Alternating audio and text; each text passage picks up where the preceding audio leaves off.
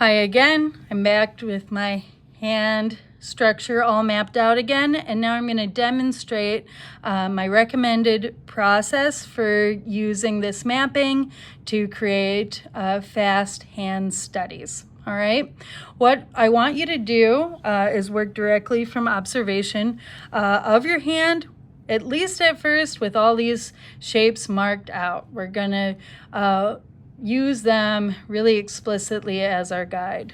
All right.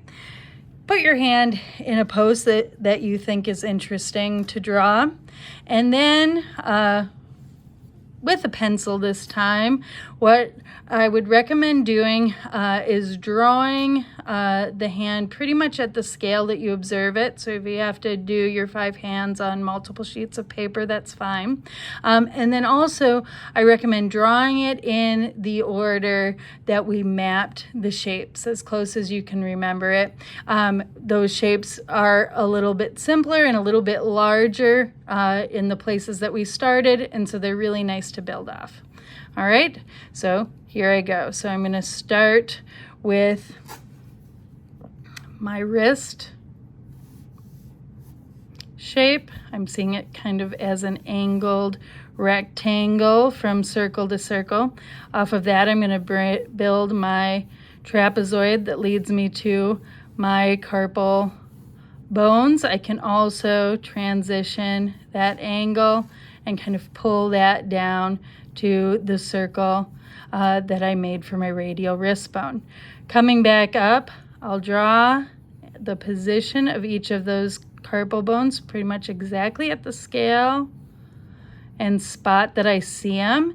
If you're in a pose that you don't see the entirety of one of those metacarpal bone circles, then by all means draw them as you see it. Part of the shape is telling you a story too. All right. After that, I'm going to draw my metacarpal knuckle bone on my thumb. I see sort of the edge of it as a narrow arcing line, so I'll draw that as such. Then moving off of each shape, I'm going to kind of set the position of the next knuckle. I can sort of suggest that shape and then pull the mapping down to connect it to the metacarpal knuckle that's below it. And again, my lines might be a little bit wild because I'm trying to stay out of your way, so I'm looking at my phone camera and drawing on the other side of it. So it's slightly disconnected. This will be easier for you. My pinky knuckle circle shape, I'm also not seeing all of it, so I'm sort of making note of that in the drawing. All right, then I'm going to move to the next knuckle, seeing a little bit of perspective on that shape. I'm evaluating if shapes sit higher or lower from the previous one. I'm noticing whether I'm seeing all the way to the knuckle or not. Strong directional shifts. All right. After I get kind of that top plane in, I'll come over. I don't want to get ahead of myself on any one finger form. We want to be able to keep evaluating the overall shape of the hand. All right. Now I'm going to come back through. I'm going to look at where my mapped lines go to move towards the side planes. And now I can either be using mapped lines, or I'll start indicating the edges of my fingers as well. So this knuckle edge seems to duck down, then I'm seeing a lot of the side plane and even a little bit of a foreshortened fingertip on that finger. Coming back down to connect. This one I see most of top, a little bit of side, and that joint sort of frowns at me. That's leading me to sort of square up the fingers the way we talked about in that other demonstration. by pulling not just the top plane, but the side plane out. It's starting to look more hand-like. I'll come back through.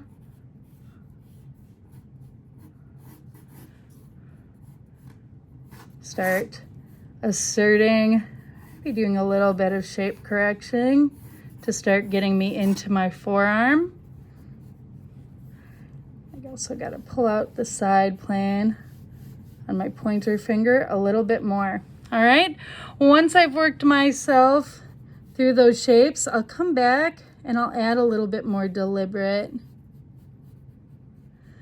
specifics to the perimeter. I might even take my eraser out and correct and define the most clear and accurate edges as I'm pulling through, and narrow my thumb just a little bit, although it has really led me to a pretty logical shape. All right, after that, what I would potentially do is take my eraser, knock back the mapping lines on my drawing a little bit so I can see them, but they're not super disruptive. Or if you like the way they look and they really do show structure well, go ahead and leave them. I forgot my eraser, so I'm gonna keep moving as is. From there, what I want you to do is I want you to define a little bit of contrast on the edge to add some tone or some directional hatching that just helps us feel like our hand is a bit more dimensional.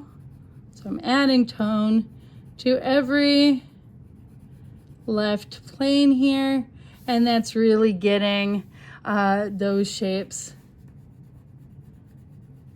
to turn a bit more in space. That entire thenar plane is going to step back and shadow just a little bit, and then I'm also seeing the thumb is the only one plane that I'm seeing the palmar plane too, so, or at least it's starting, so I'm going to add that shape in, and then I might go through and just give the knuckles a little bit more of the surface level shape indication that I see. But honestly, this is all the more complex that I need your hand drawing to be. We're aiming for logic, we're aiming for practice with immediate observation, not from a photograph. So if you send me something like that, I'll be really pleased, and I'll also be able to, at this level of detail, evaluate proportion and offer helpful feedback. So make 5 hands just this way. You would change to a different position and repeat the process. Most times these hand drawings take between 5 and 15 minutes per hand. So you should get through the assignment pretty fast. Hope this helps. Thanks.